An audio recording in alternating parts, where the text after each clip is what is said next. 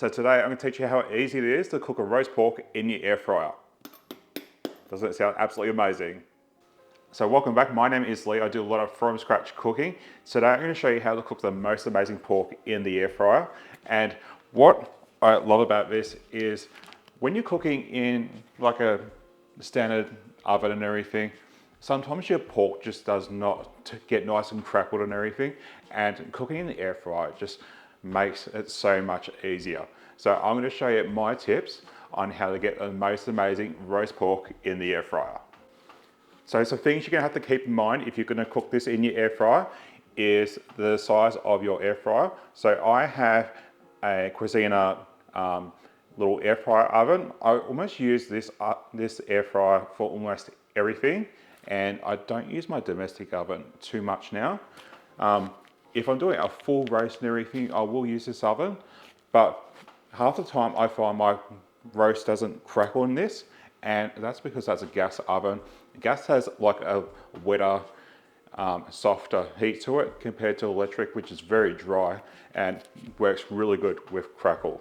So we're going to cook this in the air fryer today, and I'm going to show you how easy it is. So a few things to keep in mind is, the biggest thing is the size of your air fryer. So if you have a nice big air fryer like I do, you're going to be able to cook a decent roast in it.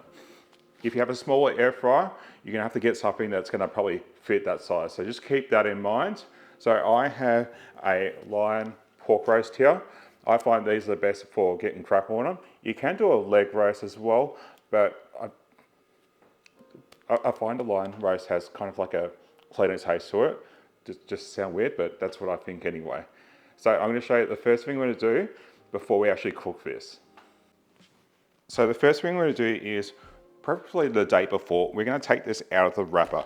And the reason why we're going to take this out of the wrapper is we're going to put this into the fridge. And the fridge is actually really dry. So what the fridge is going to do, it's going to take off a lot of that moisture off this, and it's going to make it a lot easier to crackle. Now, if you don't have enough time to actually do this the night before, a few hours before you go and cook it should be more than fine. Before I put this in the fridge, I'm just going to go over it with some paper towel, get the skin already nice and dry, so it's just going to dry out a lot quicker. So what I'm going to do is I'm going to put this into the fridge for a few hours and let that kind of just like dry out.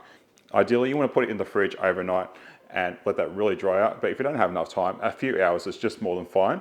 Now, obviously it's uncovered, and a lot of people are going to be iffy about food safety and everything. If you put this in the bottom shelf of your fridge and keep everything else on top, it should be more than fine. So just keep that in mind. So I'll see you back when we're ready to cook this. All right, so this has been in the fridge for a few hours now. So now we're ready to cook. So the fridge has really dried out the skin. So what I'm gonna do is I'm gonna put some slits into it because they haven't done that. Usually I do it in the supermarket, they haven't. So I'm gonna do that, and then we're gonna get ready for the air fryer. So I just have a sharp knife here, and I'm just going to cut a little bit into the skin. And it looks like they have actually put some cuts into it, but I think the more the better. And obviously if you're getting this from the butcher, you can also ask them if they can do it, because they'll have a specialty tools that actually do this.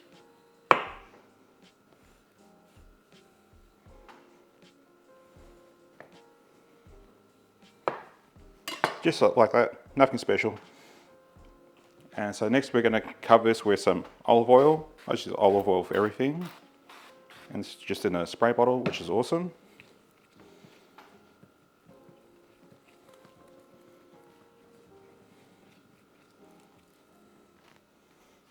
And now we're going to apply plenty of salt.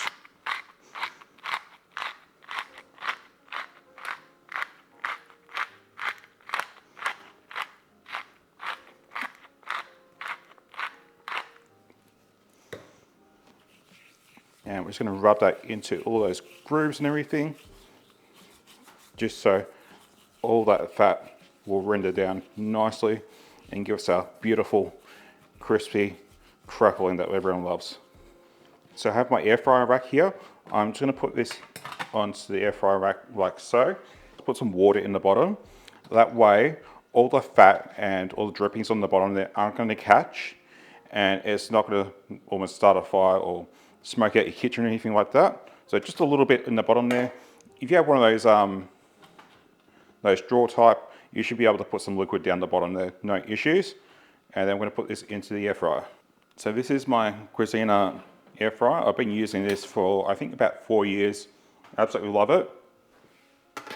And I actually use this because it's a multi-function oven. I just use it for everything basically. So what I'm going to do is I'm going to put this into the bottom shelf, even though this is air frying, because the most important thing is we're going to have all that really hot air all circulating in there. So what I'm going to do is I'm going to close it, and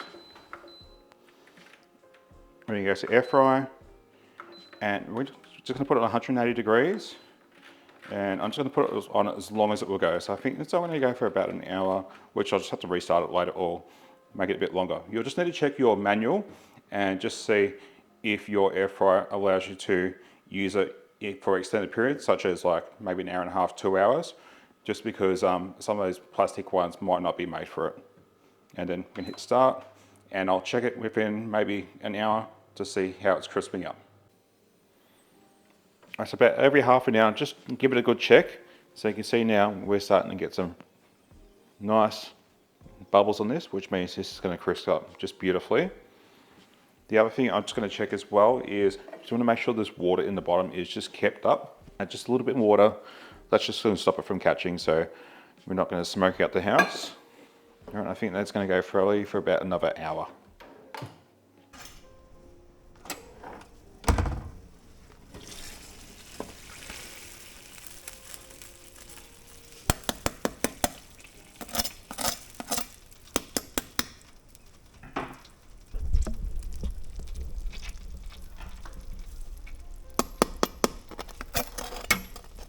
Be absolutely amazing.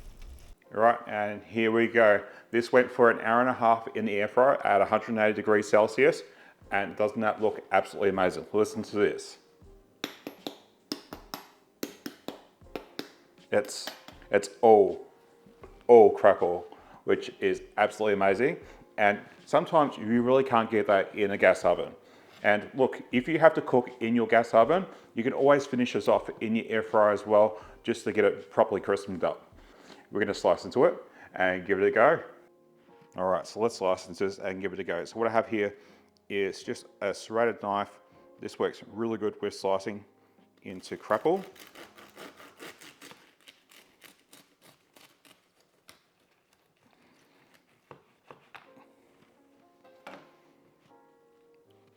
Look how juicy that pork is.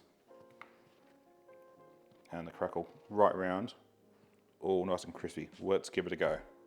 All right, so firstly, let's give this pork a go. It's still lovely moist.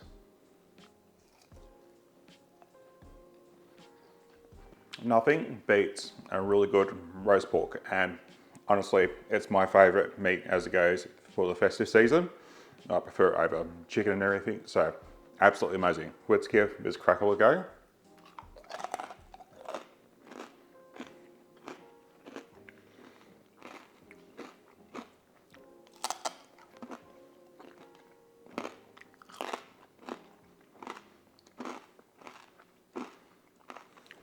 So I hope you could hear how crispy that was. Once you just crunch onto it, it just shatters in your mouth. Tastes absolutely amazing. So I hope you try cooking your roast pork in the air fryer next time. You're going to be surprised how amazing it turns out every single time. So thanks for watching, and I hope to see you soon.